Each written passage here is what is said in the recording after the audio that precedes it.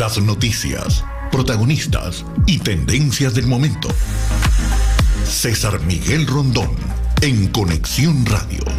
La voz que cuenta la historia mientras ocurre. Muy buenos días. Son las 9 en punto de la mañana de este martes 28 de noviembre del año 2023. Y en este momento, a las 9 en punto de la mañana, usted está en la sintonía del circuito de En Conexión Radio por Éxito 107.1 FM, la emisora del sur de Miami, Territorio Éxitos. Usted también nos puede sintonizar en este momento en su teléfono celular, en donde quiera que se encuentre, a través de la aplicación Actualidad Media Group. Esta aplicación usted la puede descargar de forma gratuita en su teléfono móvil, en su teléfono celular. Y si entra en www.exito107.com, usted pues además de escucharnos, nos puede ver. Muy buenos días a todos. Aquí recibo el saludo de Alfredo y Marianela desde Toronto, José de Villa desde Maracaibo, Rolando García Lugo, saludos desde donde el sol no sale por el Esequibo, sale por Petare. Yere Colmenares, Marisabel Vargas Rodríguez en Palmersfield, -2 grados de temperatura. Aquí me dicen que doña María Alicia Sifontes, la consecuente, tiene el teléfono dañado, pero siempre busca la manera de escucharnos a sus 95 años. Le agradezco inmensamente qué bella, qué querida. El esfuerzo. Pepita Sampera nos saluda desde Houston. A ver, ¿quién más? Aquí se me saltó esto. María Alejandra Alfonso en Gainesville, Florida. Carlos Cuevas en Filadelfia. Guillermo Triana en Humboldt, Texas. Edgar Bravo en Madrid. Guillermo Lozada en Johns Creek, Georgia. Magali Hernández en Dublín. Chere Ramos Graterol en Caracas. Hola, Chere. Muchos cariños. Mimón y Ani Amran están en Bogotá. Gracias a todos por reportar la sintonía de En Conexión Radio. En Conexión Radio es una producción de Flor Alicia Anzola para Éxito 107.1 FM. Muy buenos días, Flor Alicia. Muy buenos días, César, y aquí muy contenta porque recibimos la invitación para acompañar a todos los venezolanos este día jueves, en el Día de la Diáspora Venezolana, que se va a celebrar en la Casa Blanca, y además nos llevamos los equipos para transmitir, César. Bueno, vamos a transmitir desde la Casa Blanca el día jueves. Así es, y hay un grupo muy nutrido de venezolanos que van a acompañarnos ese día, que han sido invitados directamente como nosotros por la Casa Blanca para acompañarlos en esa celebración. Es la primera vez que se va a celebrar el Día de Venezuela, el Día de la Diáspora venezolana. Gracias, nos honra mucho pues que nos hayan invitado. Laura Rodríguez está en la producción general. Muy buenos días, Laura. Buenos días y feliz día a todos. En Madrid está Mariel Sofía Rodríguez, encargada de la producción informativa. Buenos días, Mariel Sofía. Muy buenos días, feliz martes para todos. Jesús Carreño está en la edición y montaje. Carlos Prato en los controles. Buenos días, Carlos. Buenos días. Y ante el micrófono, quien tiene el gusto de hablarles, César Miguel Rondón. Hoy es el día de Catalina Labouré. Felicitaciones a todas las Catalinas y Catalinos, porque Catalinos hay. Curet Alonso, por ejemplo, el gran Tite Curé, era Catalino Curet Alonso. San Basilio Mártir, saludos a los Basilios.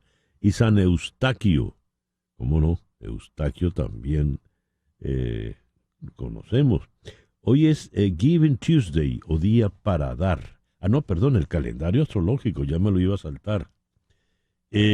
Para el día de hoy, martes 28, repite la luna ya menguando en Géminis. La luna de Géminis es la luna de la comunicación, la luna para difundir ideas, la luna... hay que tener cuidado porque es luna también de charlatanes, evidentemente. Si es luna de todo aquel que quiera dirigirse al público, hay gente que se quiere dirigir con la verdad, con honestidad. Hay otros que no, hay otros que manipulan. ¿Y de qué manera? Esté usted alerto con todo esto. Dicen también que con la luna en Géminis hay mucha dispersión en el ambiente. Luna menguante en Géminis, Sol en Sagitario, este martes 28 de noviembre del año 2023. Decía que hoy es el día de dar Giving Tuesday. El martes siguiente al Día de Acción de Gracias se celebra el Giving Tuesday, una iniciativa de gran alcance a nivel mundial que es considerada la máxima expresión de sensibilidad individual y colectiva para ayudar a los demás con altruismo, compromiso y generosidad. Pueden participar personas, familias, instituciones públicas y empresas, organizaciones sociales, fundaciones, escuelas y universidades los 365 días del año. Es el Día Mundial de las Personas sin Hogar, 28 de noviembre. Se le dice así a quienes han caído en lo peor de la exclusión social y la marginación de la sociedad moderna. Durante la historia se ha denominado a este grupo de población de muy diversas maneras. En el presente son los llamados sin techos, o aquí en Estados Unidos los homeless. Cuando repasamos en nuestra agenda para el día de hoy, martes 28 de noviembre, vamos a comenzar en Ginebra con la internacionalista María Alejandra Aristeguieta.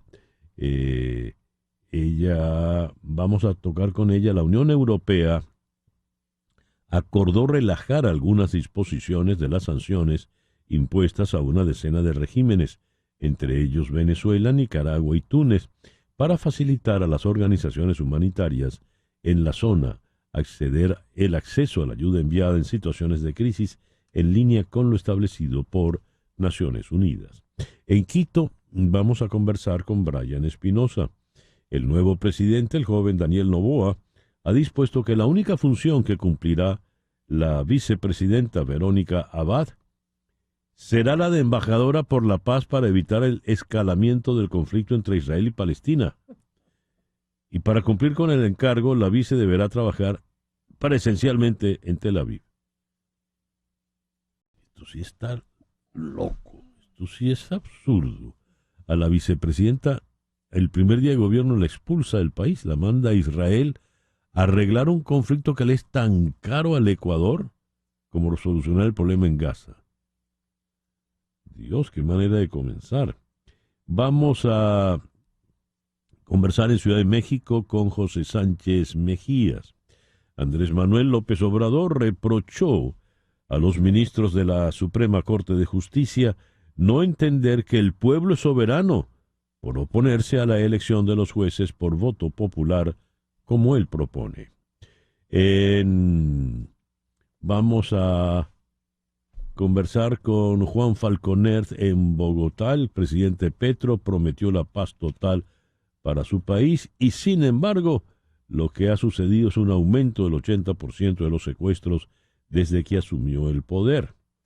Nuestro foro en la mañana de hoy, Maduro sobre el Esequibo. La fuerza militar está lista para defender la soberanía.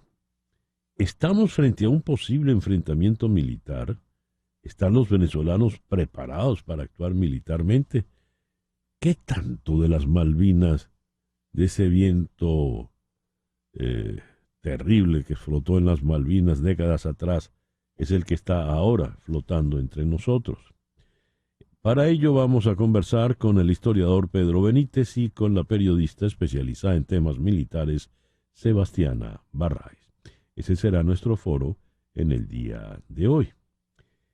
Cuando repasamos las efemérides de este 29 9 de noviembre, de 28 de noviembre, tenemos que en 1520, en el sur de Chile, después de navegar a través del estrecho de Magallanes, 3 barcos bajo el mando del explorador portugués Fernando de Magallanes llegan al Océano Pacífico, lo que los convierte en los primeros europeos que navegan desde el Océano Atlántico hasta el Pacífico. Nos dice 3 barcos más, eran muchos más los que entraron al estrecho que después llevó el nombre de Magallanes.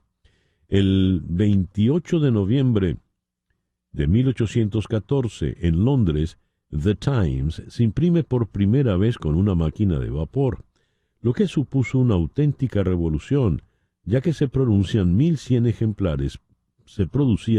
ejemplares por hora, 800 más que por el procedimiento normal hasta entonces. El 28 de noviembre de 1911, en México, Emiliano Zapata proclama el Plan de Ayala, en el que se reivindican los derechos de los campesinos. El 28 de noviembre de 1930, en España, el filósofo José Ortega y Gasset publica su obra fundamental, La rebelión de las masas. Hoy está cumpliendo 73 años, nació en 1950 Ed Harris. El 28 de noviembre de 1958, en un lapso de apenas 5 días, 5 países africanos se independizan del imperio colonial francés, a saber, Malí, Senegal, Chad, Gabón y el Congo Brazzaville. En 1990 finaliza el mandato de la señora Margaret Thatcher como primera ministra del Reino Unido. Y el 28 de noviembre del año 2014, hace ya 9 años, falleció Roberto Gómez Bolaños. A lo mejor si se lo digo así usted no lo recuerda, pero si le digo el Chavo del Ocho, y si le digo el Chapulín Colorado, y Chespirito el Chévere, por supuesto que sí. 28 de noviembre de 1909. El compositor ruso Sergei Rachmaninoff presenta su concierto para piano número 3, considerado una de las obras más difíciles para piano a nivel técnico. Ahí está en una de las versiones magistrales todas de la argentina Marta Argerich.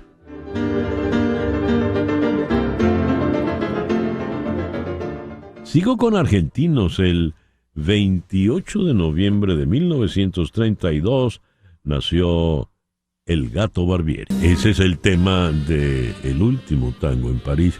En su momento hubo una polémica porque Astor Piazzolla le reclamó a Bertolucci que por qué le había encargado la música a Barbieri. Barbieri es argentino, sí, pero él lo que toca es jazz. Yo en cambio soy argentino y toco tango. Fue la reacción de Piazzolla.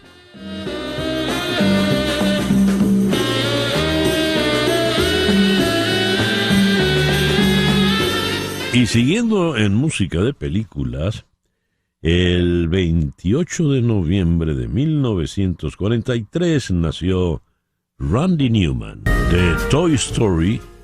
Aquí tú tienes un amigo. El editorial con César Miguel Rondón. Ayer tuvimos una conversación sumamente interesante con Rocío San Miguel, la abogada quien dirige la ONG Control Ciudadano. Hoy le leo algunas críticas en el Twitter. Pensé que esta señora era antidictadura. Yo no entiendo por qué ella insiste en votar. ¿Qué sentido tiene? Los votos por el no. Eso no tiene ningún valor para el gobierno. Ellos están llamados a votar sí, y ese será el resultado. Eso es un evento político partidista rojo, más no de soberanía. Otro dice, igual pienso yo, el comportamiento de la señora San Miguel es extraño, no quiero decirle alacrán. ¿Con qué ligereza se opina en estas redes, así como el X? ¿Qué planteó Rocío San Miguel? En primer lugar, abstenerse no tiene sentido. Y no tiene sentido, nos explicaba Rocío, porque igual ellos van a llenar los votos como les dé la gana. Más, si hay una votación puntual y parcial, pues entonces eso tendrán que reflejarlo. Dice entonces, sugiere, si hay 5 preguntas, votemos de manera discriminada por esas 5 preguntas. Las 2 primeras preguntas, lamentablemente no las tengo aquí a mano. Esas 5 preguntas, las 2 primeras son absolutamente elementales, equivalen a algo así como, ¿quiere usted a su mamá? Sí. ¿Está usted de acuerdo en la soberanía sobre el Esequibo? Sí. Pues bien, decía Rocío, las 2 primeras preguntas vamos a votarlas sí. ¿Está usted de acuerdo en rechazar por todos los medios, conforme al derecho, la línea impuesta fraudulentamente por el laudo arbitral de 1899, que pretende despojarnos de nuestra Guayana Esequiba? Sí, estoy de acuerdo en rechazar eso. Eso lo firma cualquier venezolano.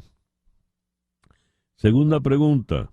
¿Apoya usted el Acuerdo de Ginebra de 1966 como el único instrumento jurídico válido para alcanzar una solución práctica y satisfactoria para Venezuela y Guyana en torno a la controversia sobre el territorio de la Guayana Esequiba? Sí, estoy totalmente de acuerdo. Cualquier venezolano suscribiría eso. Entonces vienen los detalles con las 3 siguientes preguntas. La tercera le pregunta a usted, ¿está usted de acuerdo con la posición histórica de Venezuela de no reconocer la jurisdicción de la Corte Internacional de Justicia para resolver la controversia territorial sobre la Guayana Esequiba? No, porque además no es histórica. La Corte Internacional de Justicia ha entrado en acción mucho después, es decir, recientemente, y gracias a la negligencia de Hugo Chávez cuando era gobierno y su canciller era el señor Nicolás Maduro. Cuarta pregunta. ¿Está usted de acuerdo en oponerse por todos los medios, conforme a derecho, a la pretensión de Guyana de disponer unilateralmente de un mar pendiente por delimitar de manera ilegal y en violación del derecho internacional? Y aquí la sugerencia es vote no. ¿Por qué no? Porque cuando se dice por todos los medios conforme a derecho, se está hablando de guerra. Todos los medios incluyen la invasión militar, la actuación militar.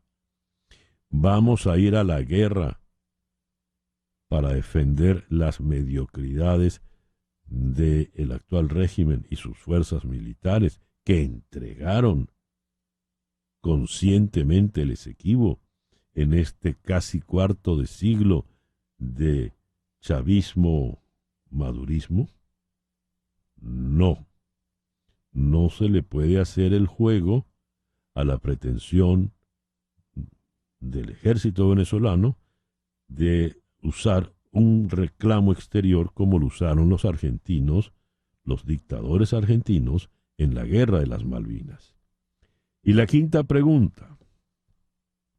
¿Está usted de acuerdo con la creación del Estado Guayana Esequiba y que se desarrolle un plan acelerado para la atención integral a la población actual y futura de ese territorio, que incluye, entre otros, el otorgamiento de la ciudadanía y cédula de identidad venezolana, conforme al Acuerdo de Ginebra y el derecho internacional, incorporando en consecuencia dicho Estado en el mapa del territorio venezolano? No, eso es un disparate. Eso es exactamente lo que ha hecho Vladimir Putin con la región del Donbass. Dijo, 4 ciudadanos prorrusos del Donbass votaron porque quieren ser rusos. Por lo tanto, yo voy e invado esa zona. ¿Cómo va a quedar Venezuela ante un disparate como este? Y allí, al desenmascarar estas tres preguntas, negándolas, votándoles no, queda en evidencia la estratagema tramposa y vil del actual régimen, donde, estemos claros, lo que menos les importa es recuperar el territorio Esequibo que muy generosamente Hugo Chávez le dio a Guyana por sugerencias de su mentor, amo Fidel Castro. La idea de Rocío San Miguel no es entonces descabellada. Dice sencillamente, abstenerse nunca nos ha dado rédito político. Ciertas precisiones podrían darlo. Veremos. 9:23 de la mañana. Una pequeña pausa y ya regresamos con las noticias más importantes de este martes 28 de noviembre en Conexión Radio por Éxito 107.1 FM en Miami. Continuamos en breve con César Miguel Rondón en Conexión Radio por Éxitos 107.1 FM. Estamos en Conexión Radio con César Miguel Rondón. Son las 9:26 de la mañana. Contratar los servicios de un abogado de inmigración es un asunto serio porque establecerse en Estados Unidos requiere de trámites que debes realizar solo con abogados con mucha experiencia y conocimiento del sistema. Y ese es el caso de las abogadas de Canero Fadul Immigration.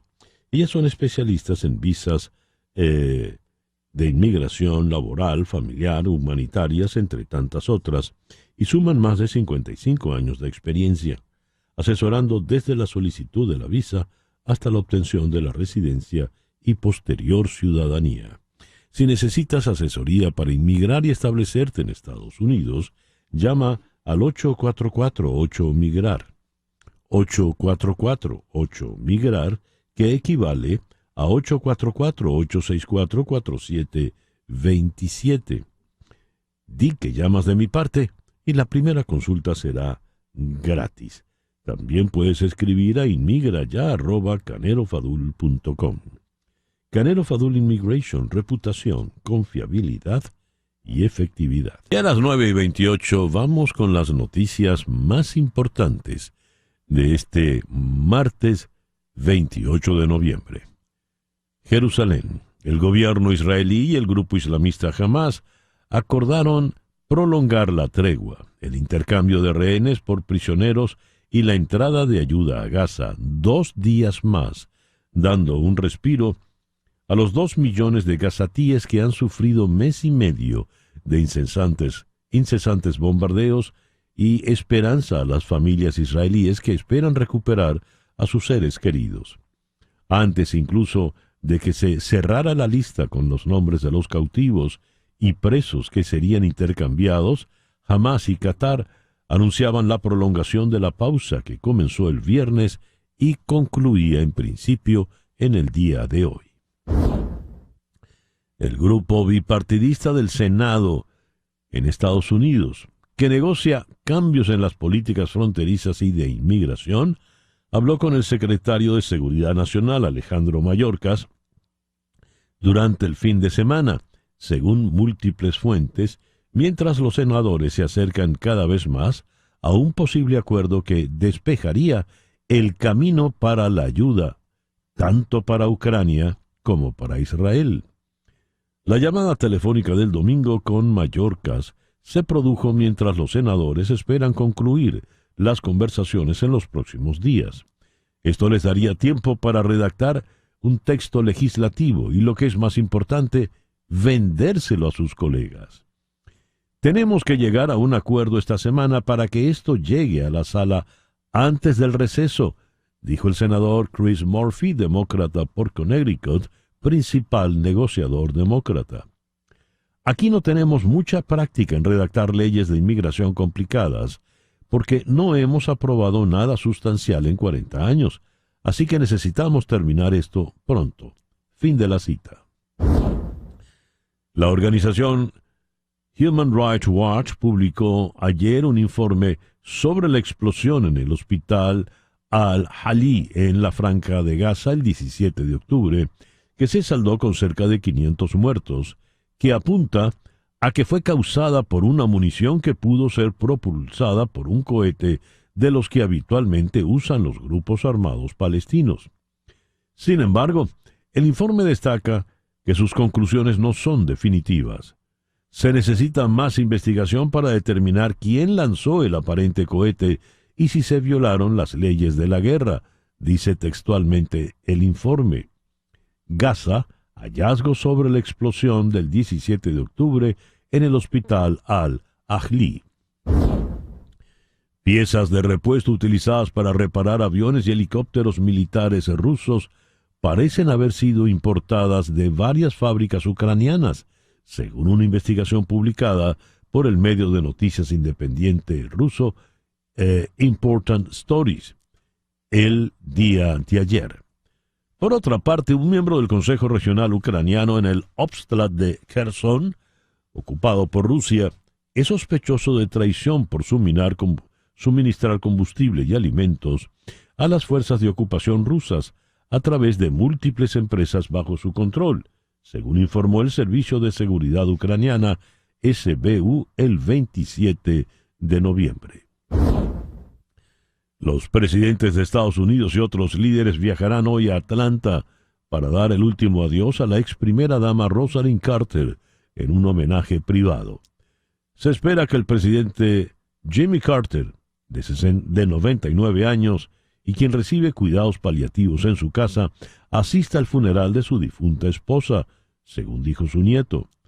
Otros que se espera que asistan incluyen al presidente Joe Biden, la primera dama Jill Biden, el expresidente Bill Clinton y las ex primeras damas Hillary Clinton, Michelle Obama y Melania Trump. Rosalynn Carter, que pasó la mayor parte de su vida trabajando en proyectos humanitarios junto a su marido y fue una firme defensora de la reforma de la salud mental y la desestigmatización de las enfermedades mentales, murió el 19 de noviembre a los 96 años. Medios norcoreanos informaron que el satélite espía recién puesto en órbita por el régimen de Kim Jong-un ha tomado las fotos de la Casa Blanca, el Pentágono y otras instalaciones estadounidenses clave en términos de defensa. El propio líder norcoreano visitó el Centro de Control de la Administración Nacional de Tecnología Aeroespacial, NATA, en Pyongyang, donde vio imágenes satelitales de la Casa Blanca, el Pentágono, la base naval de Norfolk, la principal de los Estados Unidos, o los cercanos astilleros de Newport News, donde se arman los portaaviones estadounidenses y también submarinos, según detalló la agencia de prensa KCNA.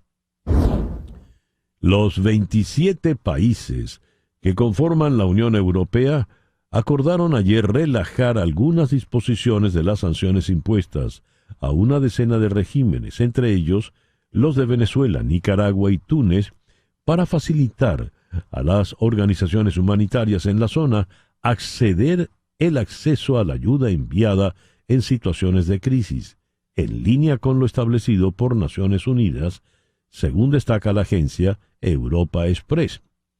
El Consejo introducirá excepciones en la congelación de activos que el bloque aplica a personas o entidades en Bosnia y Herzegovina, Burundi, Guinea, Líbano, Birmania, Nicaragua, Túnez, Venezuela, Zimbabue, en el marco específico contra ciberataques. Así, los considerados actores humanitarios por la resolución 2664 del año 2022, certificadas del Consejo de Seguridad Nacional y las agencias y otras organizaciones certificadas como socios humanitarios de la Unión Europea, podrán realizar transacciones financieras con personas o entidades que figuren en la lista de sancionados si el objetivo es asegurar la asistencia humanitaria en poblaciones vulnerables. Cita textual para esta nota. Los 27 revisarán periódicamente las excepciones acordadas para evaluar su adecuación y actuar para reajustarlas en el futuro si fuera necesario. A efectos venezolanos y de las sanciones hacia Venezuela, ¿qué implica esta noticia que acabo de leer? Vamos hasta Suiza, donde en la línea telefónica está la internacionalista y diplomática María Alejandra Ariztegui. María Alejandra, muy buenos días, muy buenas tardes por allá. Muchísimas gracias por atendernos. Hola, César Miguel. Como siempre, un gusto en saludarte y acompañarte este rato. ¿Cómo hemos de interpretar esta noticia que recién he leído? Mira, yo creo que hay varias cosas que tenemos que tener en cuenta en este anuncio que hizo el Consejo Europeo ayer. La primera de ellas es que en nuestro caso esto se aplica a individuos, o sea, las sanciones se están aplicando a individuos por violaciones de derechos humanos, ¿no? Son fundamentalmente personeros del régimen y cercanos al régimen que han estado haciendo negocios con ellos.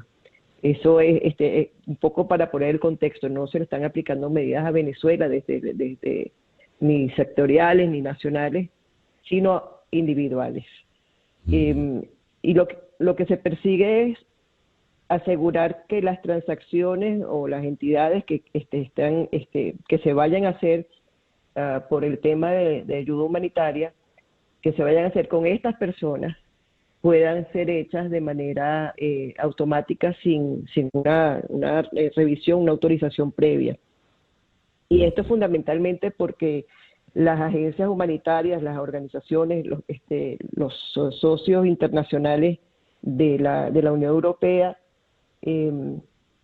pueden estar utilizando digamos, el tema de las sanciones como un argumento para no entrar en relaciones comerciales con los operadores humanitarios que puedan estar yendo para Venezuela, que ya puedan estar en Venezuela o que puedan estar yendo a Venezuela. Un poco esa es la razón que está, digamos, de fondo, ¿no? A efectos de el régimen de Maduro, ¿cómo será recibido esto? ¿Cómo lo podrán implementar? Bueno, ya ahí es otra manera de ver las cosas, ¿no? Yo creo que aquí lo fundamental es entender que para la Unión Europea, y tal como tú lo decías, van a revisar periódicamente, hacer ajustes, etcétera, es demostrar que ellos no están obstaculizando el tema de la ayuda humanitaria para Venezuela o para los otros países que señalaste que están en el anuncio, ¿no? En el caso nuestro, ¿cómo lo va a recibir el régimen de Maduro? Bueno, lo va a recibir pues con mucha alegría, porque verá ahí la oportunidad de ver un ingreso que antes no tenía, ¿no? Y digo un ingreso que antes no tenía porque, a pesar de que esto está destinado fundamentalmente a las relaciones contractuales que puedan haber entre las empresas y agencias como Naciones Unidas u otras agencias u ONGs internacionales como la Cruz Roja Internacional, tienen que transitar por puertos y aeropuertos y tienen que utilizar la logística nacional, ¿no?, para poder llegar al destinatario. Entonces, me imagino que ya lo estará viendo como una fuente nueva de corrupción o para usar esos fondos de otra manera. María Alejandra, esto nos pone en un terreno un poco elástico. A ver, cuando se dan los acuerdos de Barbados, poco después viene un documento que firma el secretario de Estado Antony Blinken. En ese documento aparece una fecha que tiene todas las características de ultimátum, así no se le llame como tal, que es el 30 de noviembre. Pasado mañana, nada menos. Si para esa fecha no se cumplían ciertas exigencias políticas, habilitación de candidatos inhabilitados, etcétera, etcétera, podría ocurrir algo con esas sanciones. Hago el parangón porque, ya lo comentaste, la Unión Europea dice que esto lo va a revisar y este alivio en sanciones tendrá algunas consecuencias. Mas, ¿cómo hemos de ver esto que califiqué de elástico? Porque no está como muy claro. La línea roja se cruza tal día a la medianoche. Eso no está establecido. ¿Qué puede ocurrir? Bueno, es que me estás tocando una tecla y me estás tocando un tema en el cual he estado discutiendo mucho en distintos foros. Ese 30 de noviembre, que se ve por algunos como un ultimátum, en otros espacios, en otras declaraciones, no en la primera declaración de Blinken ni tampoco de Nichols, pero posteriormente tú los oyes a ellos hablando y entonces empiezan en una especie de relativismo. Blinken en algún momento dijo que era una hoja de ruta, que debía mandar indicaciones, que tenía que ser una cosa como que por lo menos arrancar con algo, ¿no? O sea, esa línea roja no es línea roja, ese ultimátum no es ultimátum, o sea, eso es lo que trataba de decir, mientras que Nichols decía, sí, tienen que entregar algo y tienen que haber hecho algo. Entonces, estamos en en ese wishy-washy característico de estos tiempos, ¿no? Pero en este caso en particular de las sanciones, yo creo que lo importante es que la sociedad civil venezolana, que los ciudadanos venezolanos, que digamos que las fuerzas vivas venezolanas mantengan ese ojo avisor de mantener la vigilancia, de desarrollar mecanismos de supervisión interna que te puedan garantizar que la ayuda llegue a las personas que realmente lo necesitan, porque de todas maneras, dentro de los acuerdos, no de Barbados, sino de México del año pasado, si te acuerdas bien, y lo conversamos la vez pasada, sí. Estaba planteado que se liberaran unos fondos que están congelados en Estados Unidos, los $3,000 millones, que están congelados por los FARC, para utilizarlos en ayuda humanitaria, en programas humanitarios, y que estos iban a ser administrados por Naciones Unidas. Y que después de Barbados, el secretario general de Naciones Unidas dijo, le doy la bienvenida a los acuerdos de Barbados, vamos a establecer este fondo con ayuda de distintos actores internacionales, distintos socios internacionales, para crear una especie de fideicomiso. Bueno, esto tenemos que verlo a la luz de todas esas declaraciones, pues de todo ese paquete. Y las sanciones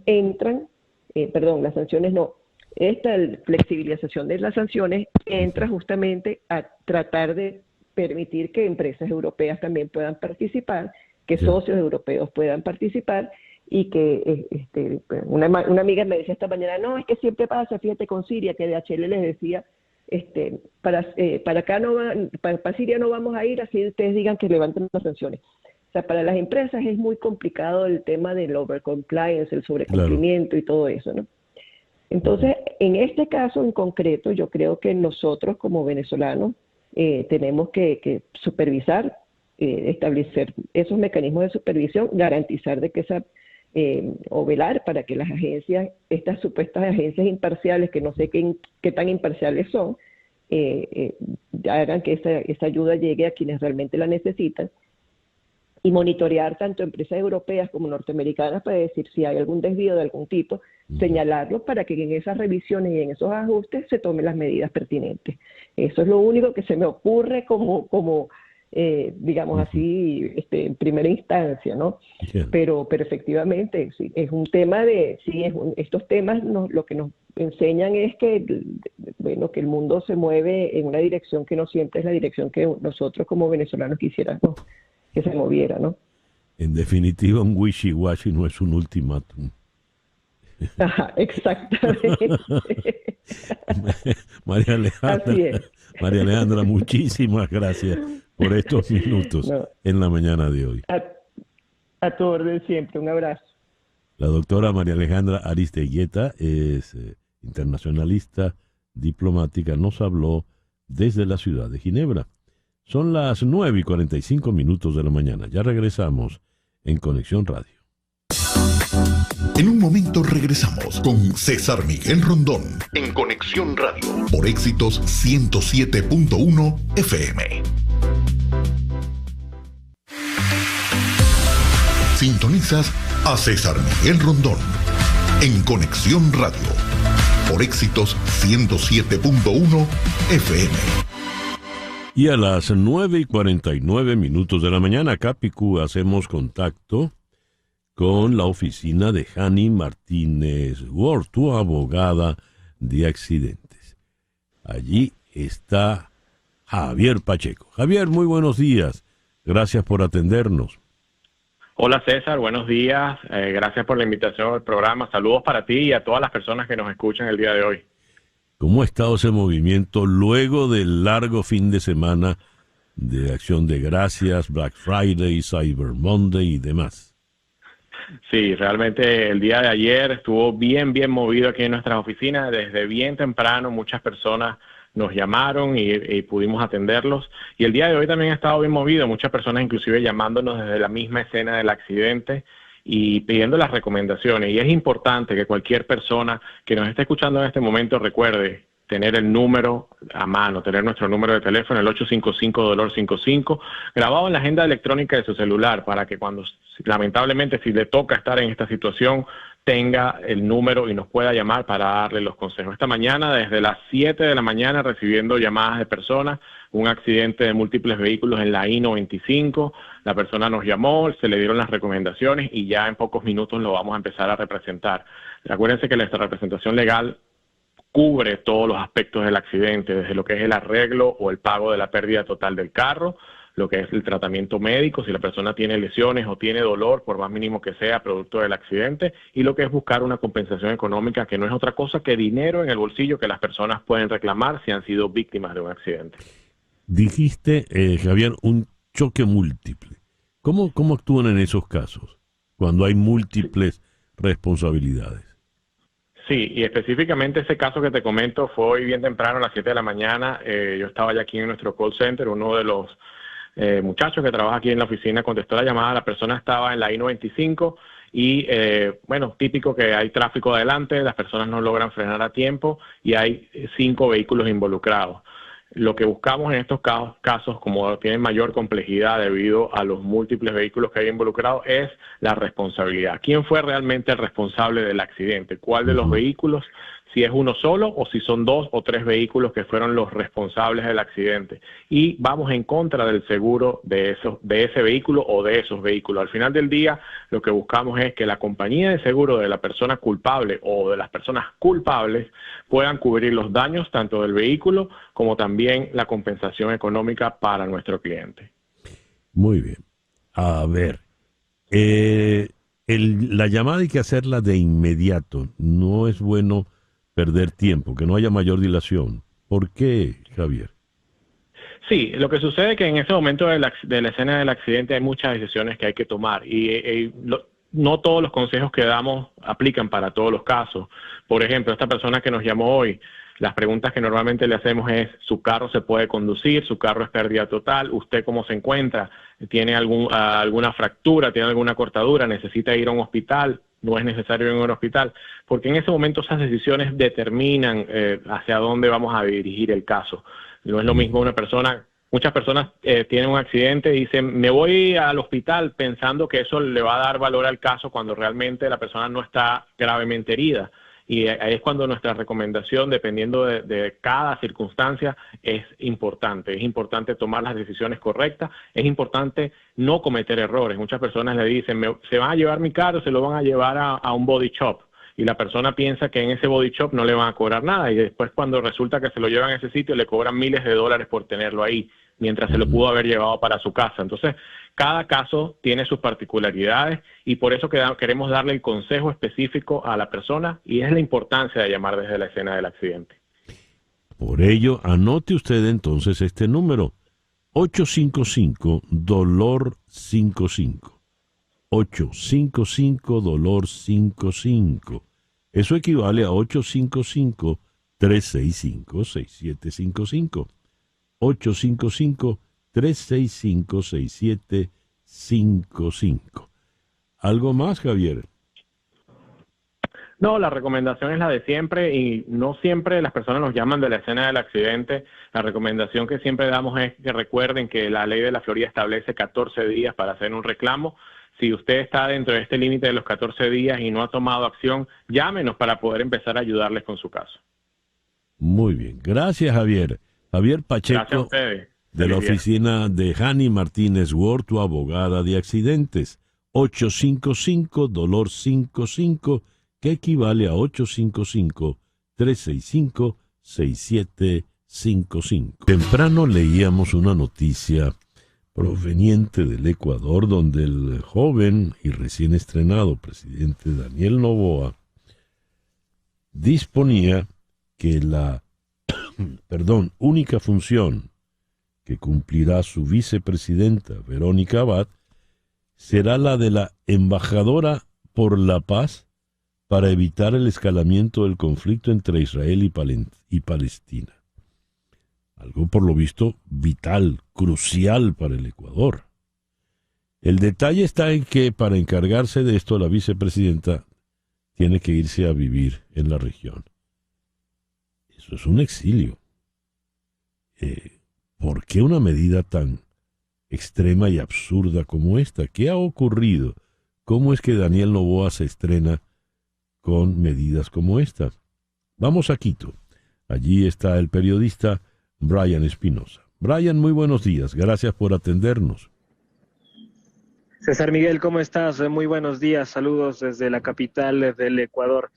Así es, como lo comentabas, ha existido una ruptura temprana a inicios del gobierno del recién posesionado presidente Daniel Noboa, el más joven de la historia del Ecuador, con tan solo 35 años que ha llegado al poder. Se desconocen las razones de estas peleas, de estas pugnas, tanto entre la presidencia como entre la vicepresidencia. Lo cierto es que ya lo mencionabas, el presidente Daniel Noboa ha designado a través de un decreto enviar a la vicepresidenta Verónica Abad, con quien ganó las elecciones en segunda vuelta, hasta Tel Aviv en Israel para encargarse de mediar en los conflictos de paz en representación de Ecuador tras el conflicto que se vive precisamente en esta nación. Y esto no ha sido bien visto por la opinión pública. De hecho, el pasado fin de semana la vicepresidenta Verónica Abad emitió un mensaje a propósito del 25N, el Día de la Internacional de la Eliminación de la Violencia contra la Mujer. En sus redes sociales aludió a la violencia política y violencia de género. Sin embargo, bueno, hoy habrá ya en pocos minutos un pronunciamiento en la vicepresidencia del Ecuador, en el centro histórico de la capital, donde funciona ahí la sede de la función ejecutiva. Se pronunciará la vicepresidenta, hay mucha expectativa por lo que dirá, pues cada vez estos conflictos son mayores, pues en lo que va tanto de la campaña como en los pocos días de gobierno de Noboa, se les ha visto juntos tan solo 3 veces. Como de manera oficial 2 veces. Cuando se posesionó Noboa el pasado jueves aquí en Ecuador, el almuerzo que tuvieron tanto Daniel Noboa como Verónica Abad, que se supone iba a ser juntos, lo hicieron por separado, y esto también marcó una brecha entre los dos. Daniel Noboa almorzó con su gente en el Palacio de Gobierno en Carondelet, y Verónica Abad lo hizo en un mercado tradicional de la capital también con su gente. Así las cosas aquí políticamente, a inicios de gobierno, de hecho, es algo que ha llamado mucho la atención. Pero es que no tiene sentido. La está exilando al comienzo del gobierno. Le estorba. ¿Qué dice la opinión pública? ¿Qué dicen los sectores que llevaron a esta dupla al poder? Hay rumores, César Miguel, nada oficial hasta el momento, y en pocos minutos, como te digo, ya se pronunciará y dará su versión la vicepresidenta Verónica Abad, pero los rumores indican que esta ruptura, estos conflictos, esta pelea, se habría originado en campaña por los fondos, los gastos en campaña que tuvo el movimiento Acción, la Alianza Acción Democrática Nacional, con la que Daniel Noboa y Verónica Abad llegaron al poder. Todo se sabrá ya en pocos minutos. Empezará, entendemos, esta rueda de prensa en la vicepresidencia de la República. Por otro lado, también te cuento, César Miguel, que a propósito de las primeras acciones que ha tomado Daniel Noboa, es el envío de una reforma tributaria que lo hizo ayer en horas de la noche, casi a la medianoche, envió su primera reforma tributaria con carácter económico urgente hasta la Asamblea Nacional. A ver, la disputa estaría entonces por el manejo de los fondos de campaña. Esos son los rumores que suenan fuerte, ¿no? Una de las versiones más fuertes extraoficiales que se conocen. Sin embargo, como te menciono, Verónica Abad tendrá la última palabra, pues entendemos Daniel Noboa no se pronunciará sobre esto. Él ha dispuesto incluso la reestructuración del personal de la vicepresidencia y las funciones, precisamente para designarla como única función a Verónica Abad ir a Tel Aviv. Uh-huh. ¿Con quién, cómo se conformó esa alianza electoral para llegar al poder? ¿Con quién cuenta una? ¿Con quién cuenta Verónica? ¿Con quién cuenta Noboa? Son varios sectores políticos que se han unido, que dieron de hecho y apoyaron, entre ellos el Partido Social Cristiano, un partido muy fuerte acá, sobre todo en Guayaquil y muy tradicional, se alió también y apoyó este binomio. Por su parte, Verónica Abad llegó también de los sectores conservadores de Ecuador, y de hecho en su parte de los traspiés que tuvieron en campaña fue parte de las declaraciones que dio Verónica Abad a medios de comunicación, minimizando temas como la violencia de género, entre otras cosas que dijo que hizo y que entendemos también marcaron parte de esta ruptura que hoy la estamos viviendo. ¿Podrías explicar eso un poco más, por favor, Brian? Claro. Por ejemplo, Verónica Abad en declaraciones en una entrevista indicó que la violencia de género no existe. Y eso fue lo que le criticaron este fin de semana cuando publicó el video hablando precisamente de violencia de género. Ella se reunió también antes de asumir la vicepresidencia, antes de ser posesionada de la Asamblea Nacional, se reunió con el presidente del partido Vox, el partido ultraconservador de España. Uh-huh. Esto también entendemos no vio con buenos ojos Daniel Noboa, quien ha indicado en declaraciones públicas a la opinión pública y a la ciudadanía en general aquí ecuatoriana, que es un gobierno y sus gobiernos será de centro izquierda. Uh-huh. Entonces también por ahí ideológicamente hay pugnas a la interna del Ejecutivo de Noboa. ¿En qué puede terminar esto, Brian? Por mandato constitucional y de acuerdo a la ley orgánica también de la función legislativa, le correspondería, en caso de que Verónica Abad desista y renuncie al cargo como vicepresidenta de la República del Ecuador, asumiría el presidente de la Asamblea Nacional, Henry Kronfle, del Partido Social Cristiano, de hecho, y sería en caso de que ella renuncie. En caso de que no, pues las funciones se mantendrán. Ahora, esto también, la acción de Noboa también responde a un mandato constitucional, pues indica la Constitución de la República del Ecuador, indica que el presidente puede delegar cualquier actividad a la vicepresidenta o al vicepresidente de turno. Ya, complicado, manera de arrancar una gestión gubernamental, ¿no? Sí, muy complicado. Sí. Brian, muchas gracias por estos minutos en el programa de hoy. Con todo gusto, César Miguel, estamos a las órdenes siempre acá. Brian Espinosa nos habló desde Quito. 10:04 de la mañana, una pequeña pausa y ya regresamos en Conexión Radio por Éxito 107.1 FM. Una pausa y regresamos con César Miguel Rondón en Conexión Radio. Cuando hicimos el comentario editorial a propósito de la propuesta de Rocío San Miguel, reparábamos en la cuarta pregunta del referendo sobre el Esequibo que se dará el próximo domingo. La cuarta pregunta dice: ¿está usted de acuerdo en oponerse por todos los medios, conforme al derecho, a la pretensión de Guyana de disponer unilateralmente de un mar pendiente por delimitar de manera ilegal y en violación del derecho internacional? Esa expresión por todos los medios alude, según los expertos, al uso de la fuerza militar, a la guerra. Nos está conminando, está pidiendo autorización el régimen de Nicolás Maduro para ir a la guerra, así como en su oportunidad la dictadura militar argentina ya agonizante se inventó invadir las Malvinas. ¿Es esto lo que está detrás de los reclamos por el Esequibo? Ese es nuestro foro de hoy. Tenemos para abordar el tema militar a la periodista Sebastiana Barraez. Querida Sebastiana, muy buenos días, muchísimas gracias por acompañarnos. Gracias a ti, César Miguel, un placer estar contigo, por supuesto, en este foro. Y nos va a acompañar el historiador y analista político Pedro Benítez. Pedro, muchísimas gracias por acompañarnos en el programa de hoy. A ti, César, y un saludo a Sebastián. Sebastián, ¿qué hay detrás de esa cuarta pregunta del referendo? ¿Qué hay detrás de toda la campaña por el Esequibo? ¿Qué hay detrás de esas ridículas pegatintas que los generales les están poniendo a los tanques? Tu opinión como experta en temas militares. A ver, lo primero que voy a decir es lo que no hay. A ver. Y es que no hay intención real de defender el territorio y la soberanía.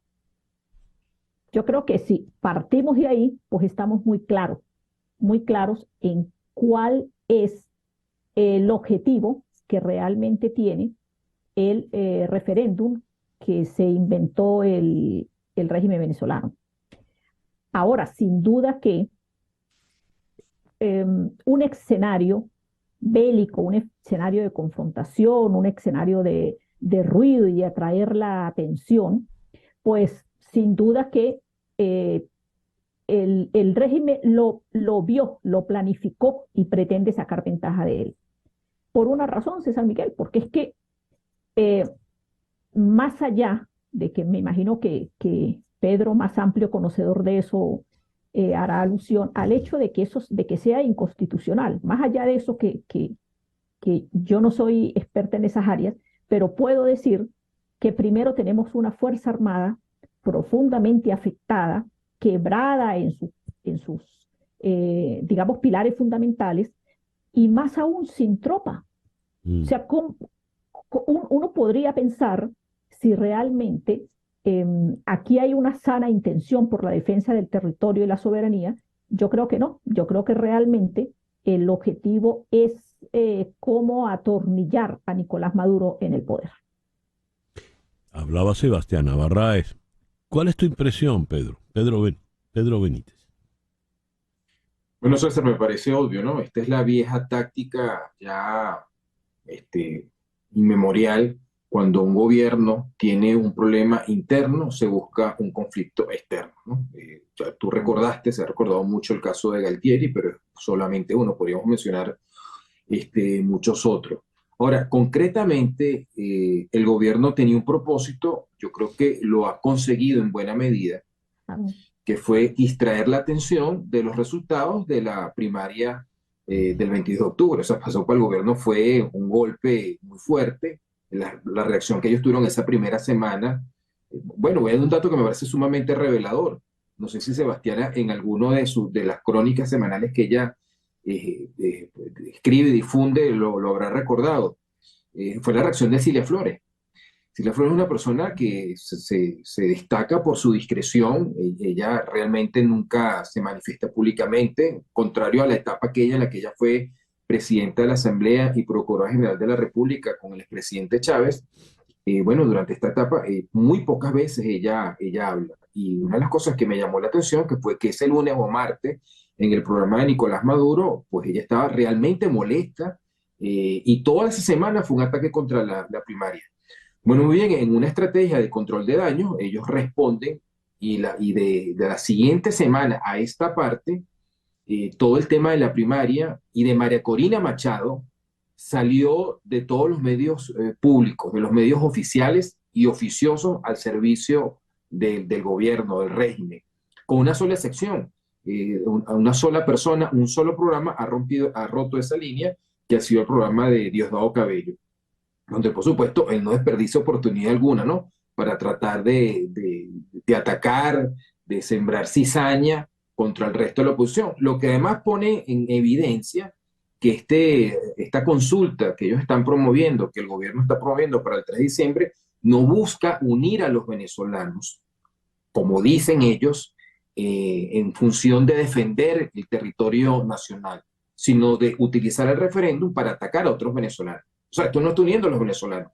Es decir, si tú no votas o cuestionas las preguntas, dices, ejerces tu derecho de votar no por una de las preguntas, y varios expertos han dado razones bastante fundamentadas para ello, pues entonces tú eres un traidor a la patria. Entonces, ¿qué referéndum es eso? Este referéndum que no está uniendo al país, lo que está haciendo es dividirlo, y lo que está haciendo es dividirlo porque la estrategia, me parece a mí, es evidente, es obvia, no es defender el territorio nacional, sino todo lo contrario, mantener a un grupo en el poder a costa de lo que sea. Hablaba Pedro Benítez. ¿Qué puede ocurrir, Sebastiana? Estamos hablando de un referendo cuyo basamento fundamental es militar. La campaña la están haciendo los militares. Pareciera que es una causa militar y no una causa civil, ciudadana, nacional. Y ya Pedro asomó la gran amenaza. Si usted no vota, usted es traidor a la patria. O si no vota bien, es también traidor a la patria. Si la convocatoria es militar, ¿qué es para los militares un traidor a la patria?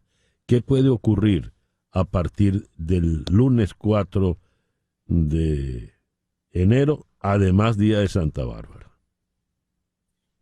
A ver, es que yo creo que para los militares que no tienen voz pública, que no se pueden pronunciar, no pueden quejarse, no pueden manifestar alguna acción contraria, más que aquella que da órdenes dentro de la institución castrense para obligar al militar como una orden para que vaya a votar, pero además con la indicación de por quién van a votar.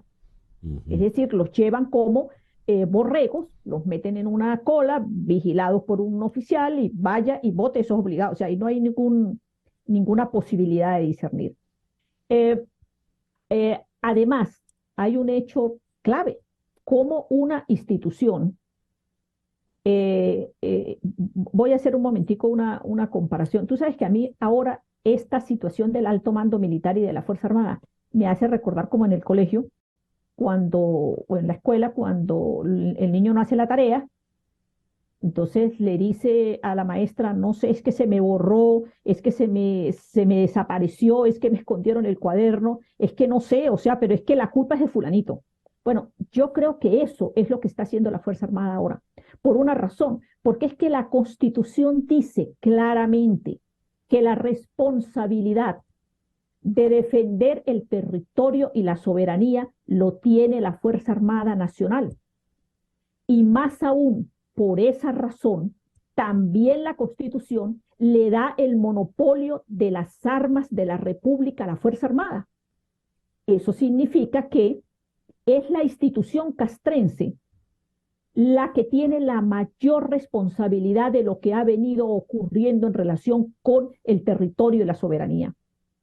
Y esta institución, esta Fuerza Armada, que no ha cumplido con esa función, que ha preferido sencillamente meterse bajo el paraguas politizado, ideológico, para manifestar adhesión a la revolución bolivariana, para tener oficiales ubicados en más de 22 empresas lucrativas de la institución castrense, pues no se ha ocupado de su función esencial. Y al no ocuparse de eso, pues ha contribuido a que, por ejemplo, Guyana en los últimos años haya avanzado sobre el territorio venezolano Esequibo. Ha contribuido a que grupos irregulares se instalen cómodamente en territorio venezolano, y casualmente hoy hago una acotación, publicamos un artículo sobre una reunión que acaba de ocurrir en el estado Táchira, donde la guerrilla le pidió a 200 comerciantes, a los que reunió en un sitio emblemático del estado Táchira, pues los regalos de Navidad, porque tienen que repartirle los regalos a los niños, así mismo. Y los reunió y les pidió y les dijo,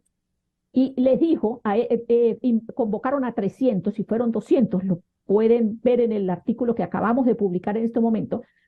Oye, a ver, ¿cómo es eso? O sea, además, una zona fronteriza donde el Ejército de Liberación Nacional tiene emisoras transmitiendo, mientras que Conatel ha cerrado, cientos de emisoras venezolanas, programas de televisión y de radio, pues resulta que la guerrilla instalada fácilmente en territorio venezolano, pues emite a través de una cantidad de emisoras su discurso ideológico contra el gobierno colombiano, pero a favor de la revolución bolivariana. Porque yo la he escuchado, no es que eso no es ningún secreto. Entonces, uno lo que se pregunta es, ya va, o sea, resulta que de la noche a la mañana a esta Fuerza Armada, que no se ha ocupado de su función esencial, de repente le entró el gusanito no sé, del nacionalismo, de defender, de cumplir, entonces pretenden ir a una guerra con Guyana, que yo estoy convencida que ellos van a lanzar unas ofensivas, pero que finalmente eso, digamos que está como arreglado y cuadrado, pues, porque a nadie en su sano juicio se le pudiera ocurrir que una institución castrense con tantos problemas como los que tiene la Fuerza Armada fuese a enfrentarse con un ejército, por muy pequeño que sea, y con el poco armamento que tiene Guyana. Hablaba Sebastiana Barráez. Ya para concluir, Pedro, ¿ves esa guerra? ¿Qué va a ocurrir después del domingo 3? Bueno, César, es muy difícil imaginarse, meterse en la cabeza de esta gente que desgobierna el país y ver qué otra cosa, qué otro acto de artilugio están preparando para seguir estirando la arruga y distraer la atención nacional de los graves problemas nacionales.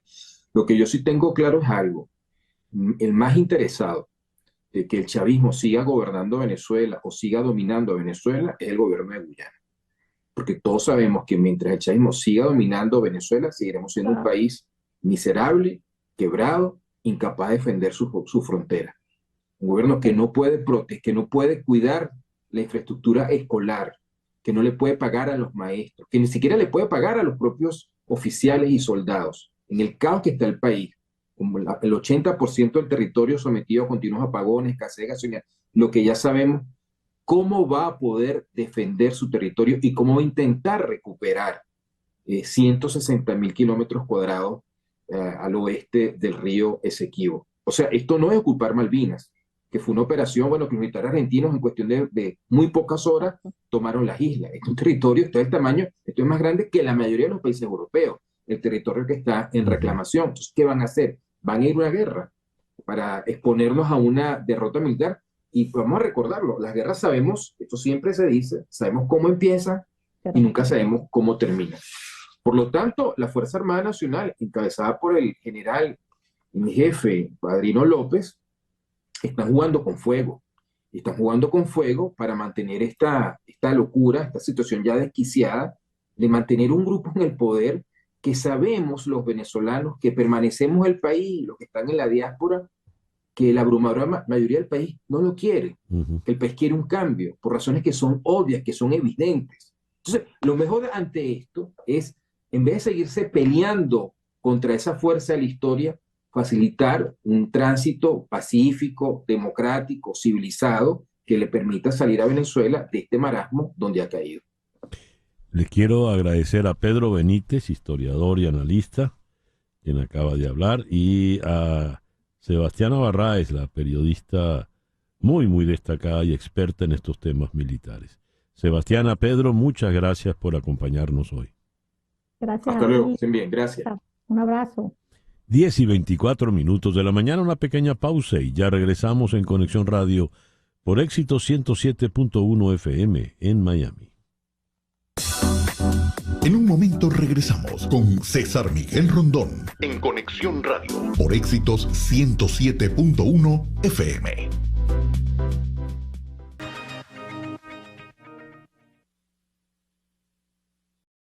¿De qué manera puede adaptarse un plan financiero a las circunstancias cambiantes de la vida? Me refiero, por ejemplo, al matrimonio, cuando nace un hijo, a cambios de carrera.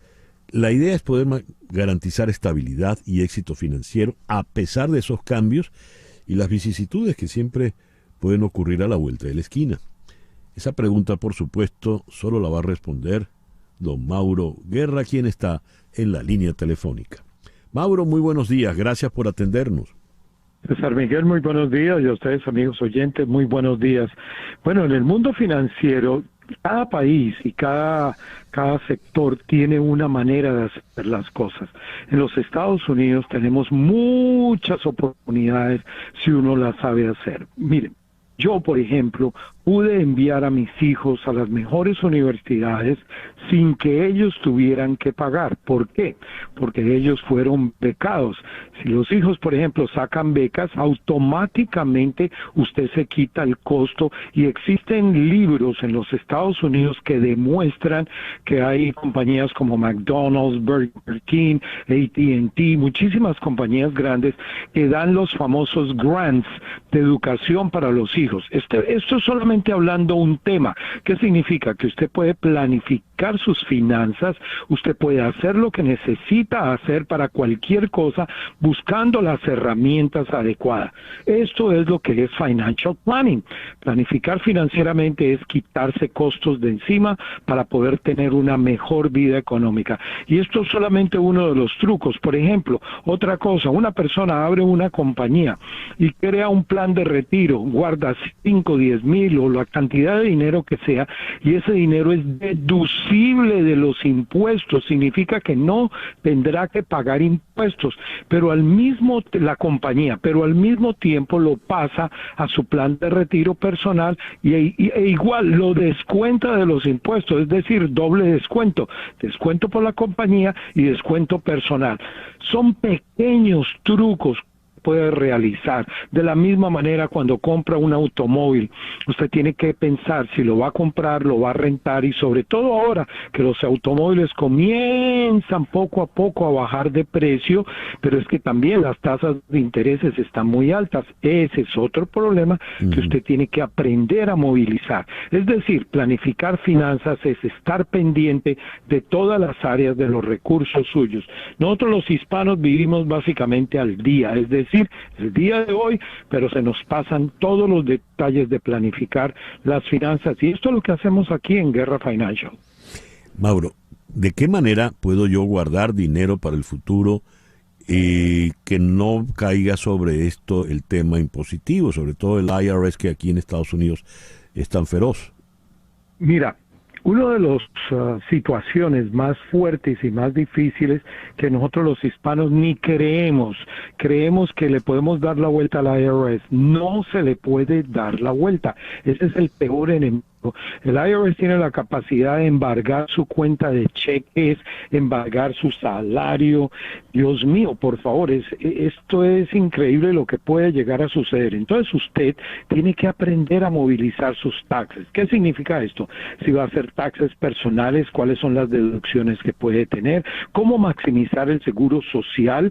Por ejemplo, hace menos de una semana vimos que un esposo tenía $3,000 de ingresos, pero ya estaba acercándose a su retiro. Entonces decidimos pasar a hacer el switching, o sea, cambiar el salario del esposo en una compañía conjunta, cambiar el salario del esposo a la esposa para poder maximizar el seguro social. No cambió nada, básicamente lo que estamos haciendo es mejorar el seguro social de la esposa, y hay trucos todos los días, nada de hacer cosas incorrectas, sino hacer las cosas bien hechas para economizarse dinero para los impuestos, y dos, para elevar el seguro social. No sé si se dan cuenta que acabo de tocar 5 o 6 temas, pero rapidísimo, y eso es lo que es financial planning, César Miguel. Por ello, le recomiendo que llame usted directamente a Mauro Guerra.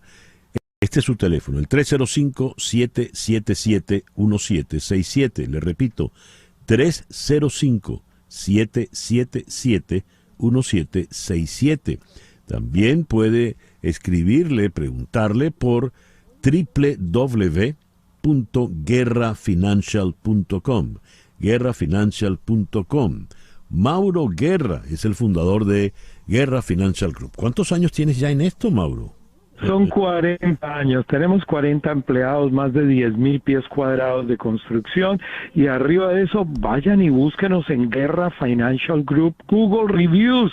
En Google usted sí se puede encontrar la verdad de cada persona sin esconder una sola coma. Más de 600 reviews excelentes, tenemos 5 de excelencia. Es increíble ver cómo nos va de bien gracias a ustedes, amigos oyentes, que buscan la información y aprenden. Simplemente es truquitos pequeños, uno no se las sabe todas, y aquí estamos para poderlos servir. Mauro Guerra, de Guerra Financial Group. Muchísimas gracias, Mauro. Ayer, el presidente mexicano Andrés Manuel López Obrador reprochó a los ministros de la Suprema Corte de Justicia de la Nación no entender que el pueblo es soberano por oponerse a la elección de los jueces por voto popular, como él propone. ¿De qué está hablando López Obrador? ¿Qué está ocurriendo ahora? Nada menos que con la Suprema Corte de Justicia. Vamos a Ciudad de México. Allí está el periodista José Sánchez Macías. José, muy buenos días. Gracias por atendernos. Estimado César, al contrario, gracias a ti como siempre por la llamada, y es un placer estar contigo y con tu público. Muy buen día y buen martes. ¿De qué viene ahora? ¿Por dónde viene ahora el señor López Obrador?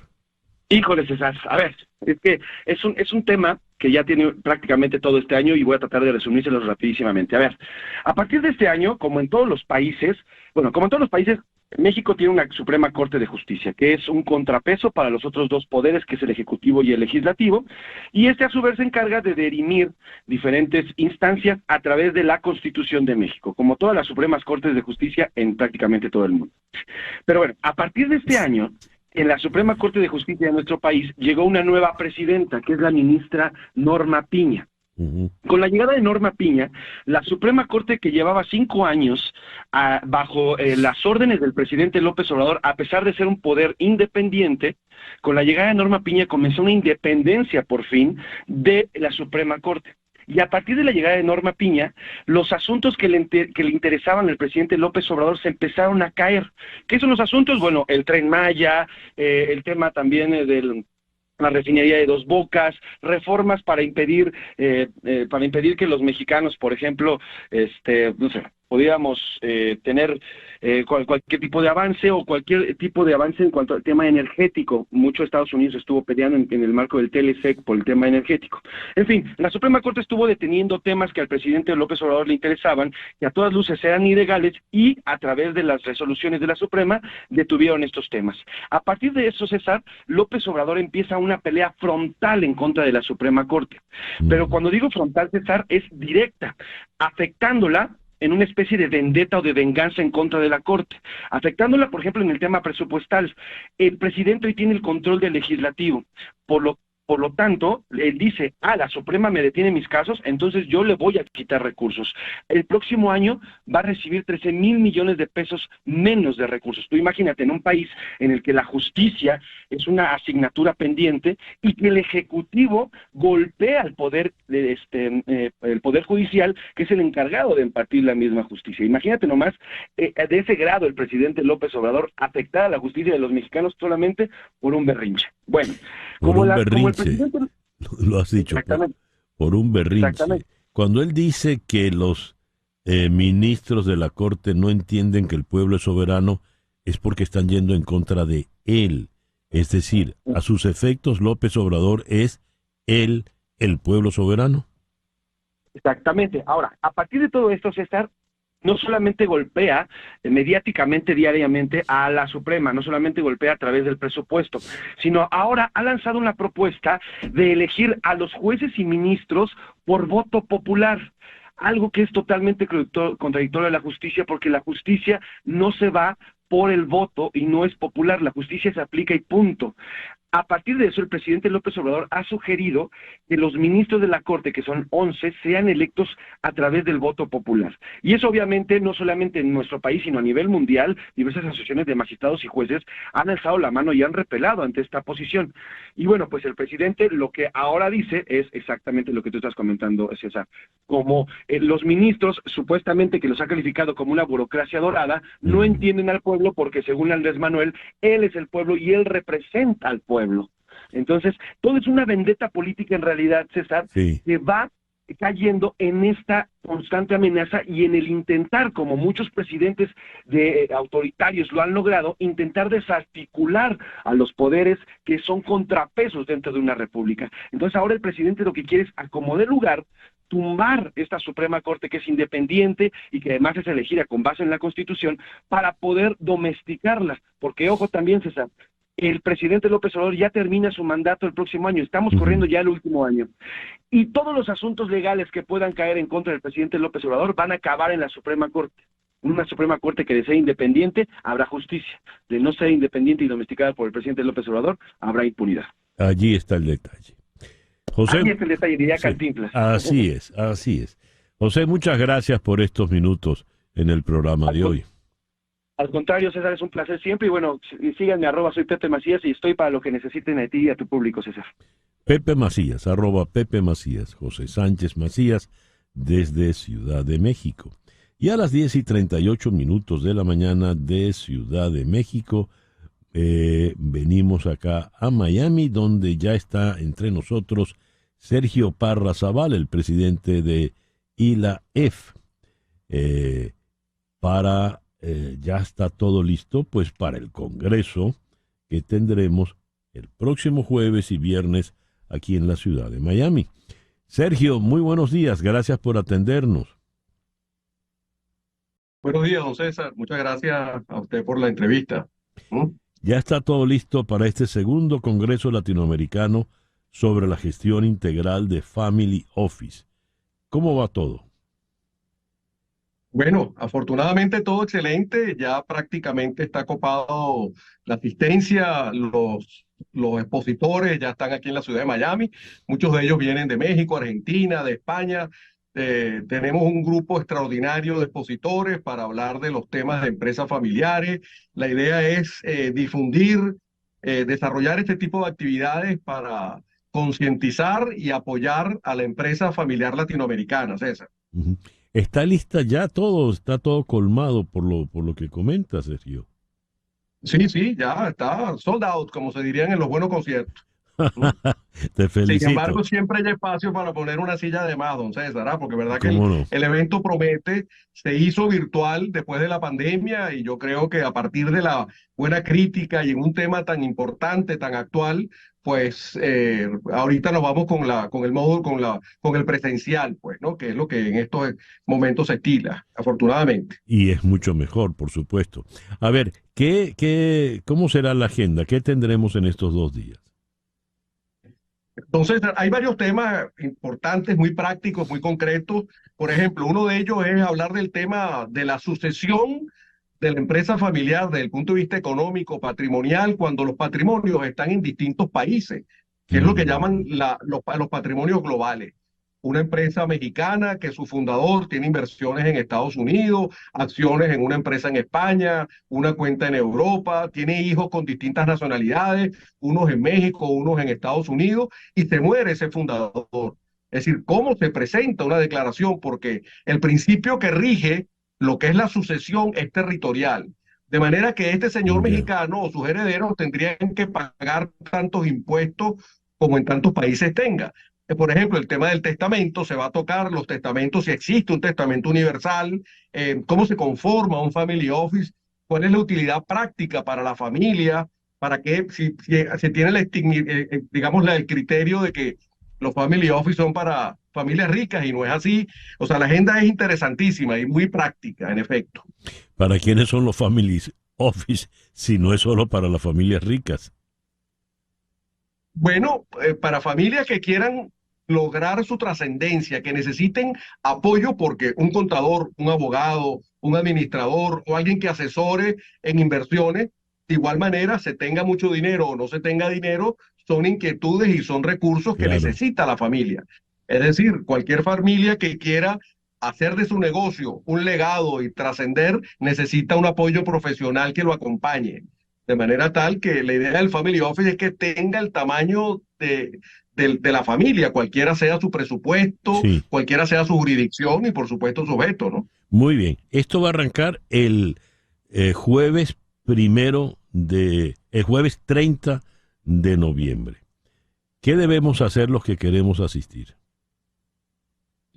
Entonces, en la página www.congresoylafusa.com.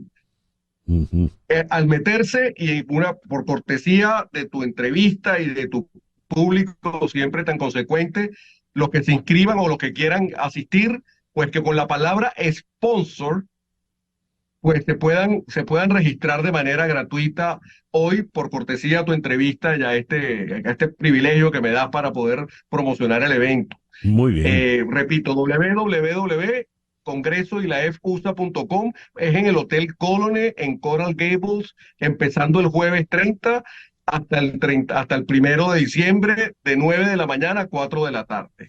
Muy bien, ya saben, cuando se inscriban en el Congreso ILAEF es ILAEF, Instituto Latinoamericano de Empresa Familiar, capítulo Estados Unidos, usted agrega la palabra sponsor, por lo tanto va a tener el privilegio de tener esa invitación, gracias a la cortesía de los organizadores, gracias pues a la cortesía del buen amigo Sergio Parra Zaval.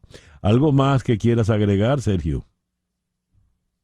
Bueno, que los espero, estoy seguro que este evento promete, es muy práctico y muy útil para todas aquellas empresas familiares o familias empresarias que tienen mucha información que en este evento se va a discutir, y darte las gracias una vez más, César Miguel, por tu espacio, y felicitarte como siempre por tu generosidad. No, muchísimas gracias a ustedes. Gracias, Sergio, y te deseo pues todo el éxito del mundo, que estoy totalmente seguro lo van a tener en este segundo Congreso Latinoamericano sobre la gestión integral de Family Office, 30 de noviembre, 1 de diciembre, en el Hotel Colonnade, en Coral Gables. Gracias, Sergio. Gracias a ti, don César. 10:44 de la mañana, una pequeña pausa, y ya regresamos en Conexión Radio por Éxito 107.1 FM en Miami. Continuamos en breve con César Miguel Rondón en Conexión Radio por Éxitos 107.1 FM.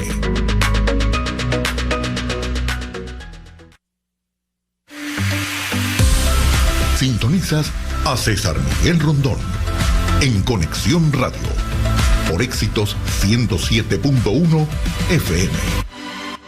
Son las 10:46 de la mañana. Prepárate para manejar la tendencia en South Day Kia. Experimenta el futuro con nuestros espectaculares autos eléctricos, el EV6 y el EV9. Y ahora, noticias emocionantes. Por tiempo limitado hasta el 30 de noviembre, cuando compres 3 llantas, recibirás la cuarta por solo $1. No te lo pierdas. South Day Kia es tu puerta de entrada al futuro. Ven y únete a manejar la tendencia juntos. Visita South Day Kia hoy en el 17120 South Dixie Highway, Miami, Florida 33157. Te esperamos. El proyecto de la paz total del presidente Gustavo Petro hace aguas por todas partes. Resulta que desde que prometió el proyecto de paz total, el incremento en los secuestros en el país, desde que asumió en el Palacio de Nariño, se ha incrementado el secuestro en Colombia en 80%.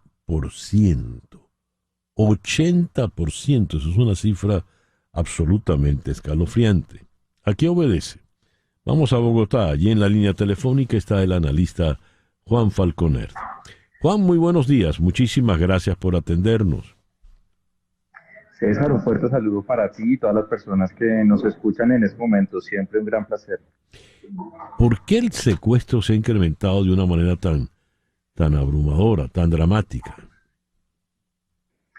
Bueno, César, existen varios elementos. El primero, que ha fallado, como tú bien lo indicabas, el proyecto de la paz total en Colombia. Lo que se ha hecho es darle mayores prebendas, beneficios a las estructuras criminales que vienen financiándose a través del secuestro, y eso ha ocasionado que estas se fortalezcan, y también hemos visto cómo se ha, digámoslo de alguna manera, renunciado a la persecución penal, a la persecución militar por parte del Estado, y eso ha provocado que se sientan empoderadísimas en las regiones y que este fenómeno se venga incrementando con tal magnitud. Ahora, el peso de la guerrilla, los fracasos en las conversaciones y negociaciones de paz, ¿de qué manera ha incidido en esto? ¿O hay secuestros también al margen de la violencia guerrillera? Bueno, en Colombia nosotros, el secuestro, digamos, como que siempre se ha mantenido a lo largo de este conflicto armado que llevará tal vez unos 60 años, pero hay que establecer que no son solo estas estructuras guerrilleras, estas estructuras, digamos, que tienen una organización militar, sino también lo hace la delincuencia común. Pero lo que sí llama la atención son los incrementos del secuestro, por lo menos en el último año. Es que si uno se pone a mirar, en el 2023 ya se han reportado en Colombia cerca, tal vez más de 184 secuestros, con lo que nosotros hemos tenido conocimiento. Para el primer año del actual gobierno del presidente Petro han sido 293, es decir, estamos hablando de un incremento del 90%, si lo comparamos con el gobierno anterior, que era el del expresidente Iván Duque. Entonces, pues esto denota que hay una falla por parte del gobierno nacional en todo su actuar militar, su actuar de persecución a estas estructuras criminales y a la delincuencia común, que han hecho que esto se vaya, digamos, creciendo. Se atribuye que cerca del 60% de este delito es cometido por estas guerrillas y grupos criminales, pero el 40% estaría sentado en lo que nosotros conocemos como esta delincuencia común. ¿Estaría extendido, Juan, ya como última pregunta, a todo el territorio nacional o hay puntos específicos? No, este es un delito que se presenta a nivel nacional. Lamentablemente ha sido una falta de control por parte de las autoridades. Hay zonas donde se pueden concentrar, digamos, más este delito, que son en las zonas donde estaría el conflicto más agudo, donde habría mayor presencia de estas estructuras criminales, pero eso lo vemos incluso en en la gran capital, por ejemplo, lo vemos en Bogotá, lo vemos en las grandes ciudades como Medellín, Barranquilla, Cali, pero se presenta con mayor, digamos, frecuencia en las zonas donde operan y donde tienen mayor fuerza militar estas estructuras criminales. También hay que anotar que Colombia está viviendo unas azonadas donde la población civil, al parecer patrocinadas, promovidas, hostigadas por las disidencias de las FARC, pues han empezado a expulsar a la fuerza pública, y eso hace que si no tenemos presencia del Estado en estos territorios, entonces estos delitos pues puedan incrementarse. Ya. Juan, muchísimas gracias por estos minutos en la mañana de hoy. César, como siempre, un gran placer, un fuerte abrazo y saludo a toda la audiencia. Juan Falconer, desde la ciudad de Bogotá. Son las 10:53. Las noticias de este momento en Conexión Radio. Ya para cerrar, ¿qué noticias tenemos, Flor Alicia? César, escucha esto. Esto es muy particular. Machirulo, persona con actitud machista. Big Data, cookie, no binario o sinogarismo son algunas de las nuevas palabras que incorpora el diccionario de la lengua española desde este martes, según la actualización presentada por el director de la RAE, Santiago Muñoz Machado. Chuda, chunda, música fuerte y machacona. Oscarizar son otras de las palabras incluidas en la versión electrónica 23.7 del Diccionario de la Lengua Española, que que ha incorporado por primera vez en la historia sinónimos y antónimos, ya que 42.882 artículos del diccionario los contienen. En total, las innovaciones que incorpora esta actualización entre palabras nuevas, artículos, variaciones o supresiones ascienden a 4.381 operaciones. Algunas curiosidades de palabras nuevas destacadas por el director de la RAE en la rueda de prensa de presentación esta mañana son crack, que es la acepción de una persona que destaca especialmente en algo. César, eres un crack. ¿Ah? O cochifrito y colín, que son para temas gastronómicos. ¿Qué tal? Cochifrito subiendo al junquito. Exacto, por ejemplo. ¿Ah? Y esa chunda. ¿Ah? Hay que buscar el resto de las palabras. Chunda. Bueno, suena ese chuncha, ¿verdad? Horrible. Bueno, ya sabe usted si le llaman machirulo, ¿no? En fin. ¿En qué rollo se ha metido? Gracias, Flor Alicia. 10:55. Y con la gran Whitney Houston nos vamos por el día de hoy. En Conexión Radio fue una producción de Flor Alicia Anzola para Éxito 107.1 FM, con Laura Rodríguez en la producción informativa, Mariel Sofía Rodríguez en la información... No, Laura en la producción general, Mariel Sofía Rodríguez en la producción informativa, Jesús Carreño en la edición y montaje, Carlos Prato en los controles y ante el micrófono, quien tuvo el gusto de hablarles, César Miguel Rondón.